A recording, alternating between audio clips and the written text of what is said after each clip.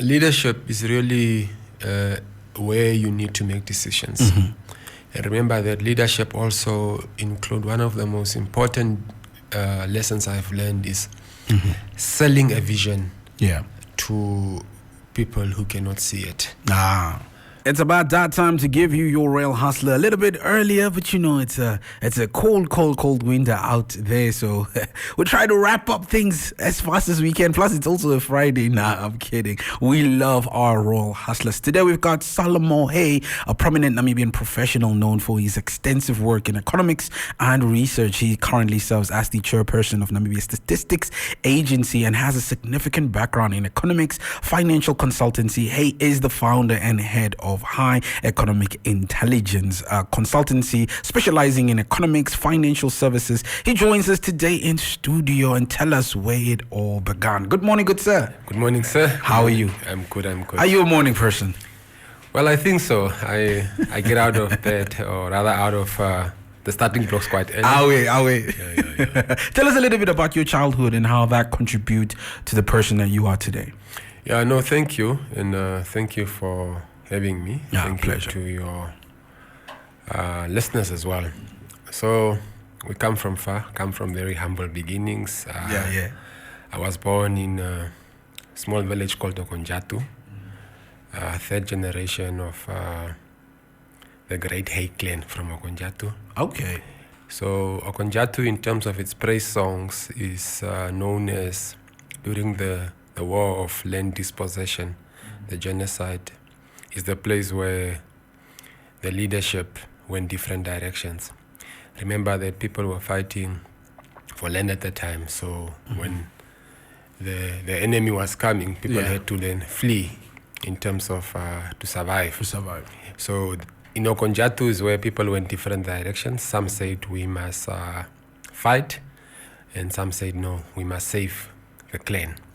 That's how people then went to Botswana. Some went obviously to go live in Aminus in the east. So why I'm telling you the story is that we come from very rich history, and we come from a place where have got huge significance. So that then inspires us to want to do more than what's in front of us. And born there, came to school in Windhoek. Went to primary school in Khomasdal, predominantly a colored school. So one is exposed to different tribes, different races very early. And subsequently, you then learn to embrace that we are all the same. We are all the same. So that then shapes who we are, who we become. Obviously, as part of the forceful removal from the old location, we then stayed in what previously was called as what now known is the Katutura Central area. So family had like 3-4 houses in one row. So we grew up as a very close-knit family. For sure. And then obviously one then goes to boarding also very early. I think around 6-7 years I was already in boarding school. My mother and father were working class people, both teachers. And obviously, also at very early, one learns to fight for yourself, survive, and subsequently build independence very early. After that, then we go to Concordia for high school. And Concordia really changes the whole perception in terms of building structure, understanding what it means to live within the confines of discipline and organization. Because at the time, Concordia was sort of a private school, and there were certain things that, for instance, St. Andrews wouldn't teach you, but Concordia teaches you time. It teaches you to dress in a particular way when you go to school. We were forced to wear ties as grade 7s back in the day. We had a schedule in terms of when is study time, when is lunch time, how do you dress to go for formal lunch on a Sunday. So, and through that, you learn what it means to respect leadership, management. You learn discipline, you learn time management, and that's how one then grows. Wow. And obviously, we are then fortunate to do quite well in high school and get the required points to get into varsity. Because remember, at the time, you needed to get a certain amount of points within 5 subjects to be able to go into a certain university. Yes. Obviously, from grade 10, I then moved towards the commercial area of the subjects. There's the science stream and there's the commercial stream. So we went to the commercial stream, and that's then how the love for economics developed. Wow. And go to university, Namibia. That's where I did my undergrad, double major of economics and industrial relations.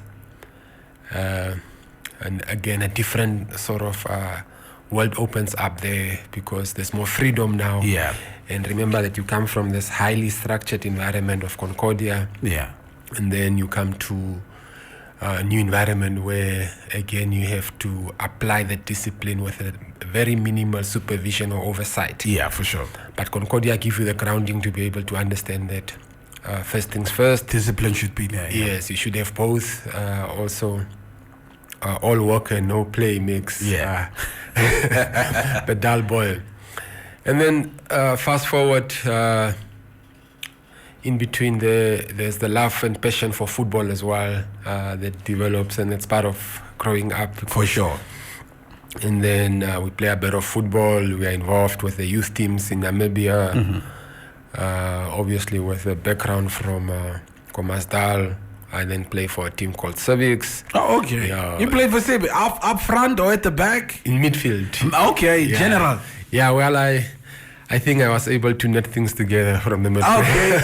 Okay. The playmaker. The number 10. Yeah, more than number 8. Okay, box to box. Yeah, box to box. Lovely. Yeah. And then, so we get into, so we are a bit above average because we do get to the national team. Okay. Yeah, so we... That is something we didn't know. Yeah, no, we did. So obviously 3 caps for the national team. Okay. Yeah, we were part of the team that almost qualified under Tedu Mitru. Yeah, what happened was we were supposed to beat Nigeria with the last game to qualify.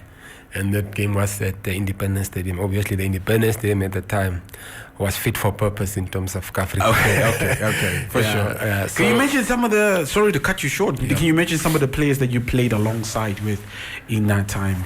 Well, I think from the junior teams, there was Flores Dirchard. Oh, okay. Yeah, Polo Shipanga. Yeah, so Heribert Kapeng, Richard Karisep. Quite a formidable team. Yeah. So we were essentially the understudies to your Congo Hinjos. Oh, okay. Lolo Horasep. So Quentin Jacobs was a teammate. You were the team behind them. Yes. Nice. Remember, as part of the under-19 national team, we went to Finland and Sweden. Okay. And Quentin Jacobs was seen by Manchester United scouts. Wow. So Quentin Jacobs is a Manchester United trialist. No way. Yeah, so we're part of a generation that really was very close to alleviating when Namibian football should have gone. But obviously, I leave football very early. I think around 24, 25. I hang up my boots and then I go study in Johannesburg. I went to Johannesburg and it changes my life completely. Yeah, in a different sort of perspective. I start things differently, become more driven. Start seeing that you can actually start doing more by applying yourself differently. Wow. Because Johannesburg is fast-paced. I mean, you really cutthroat environment where you have to constantly be at the cutting edge of your game. Studied there, did my honors, worked for a research firm called Economist.coza. I think the 2 years that I spent there is really what molded you. Yes, absolutely. Under the tutelage of one Mike Schussler. He has since passed on. He was my mentor. When we were doing the economic conversations, he came to one of our conversations here in Namibia. Yeah, so in those 2 years, really, what I learned about how the economy functioned, both from the real sector perspective, is really what changes everything. Fast forward, I spent a bit of time then with Treasury in Okay. Pretoria, responsible for the funding structures around the electricity sector.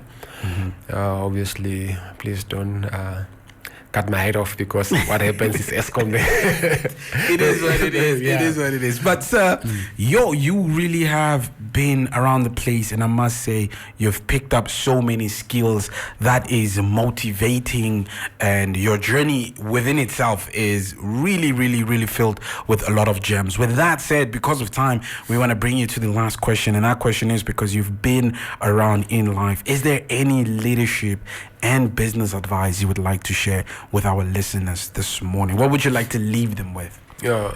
So I think leadership is really where you need to make decisions. And remember that leadership also include one of the most important lessons I've learned is selling a vision Yeah. to people who cannot see it. And perhaps further than that, the advice would be that always try and finish what you have started. Always try and finish what you started. That is the man himself, Mr. Hei, a prominent Namibian professional known for his extensive work in economics and research. And just we find out, the man is also a footballer who appeared for the national team 2 to 3 times. And that is his time here with us. Thank you so much for making time to come to speak to us this morning.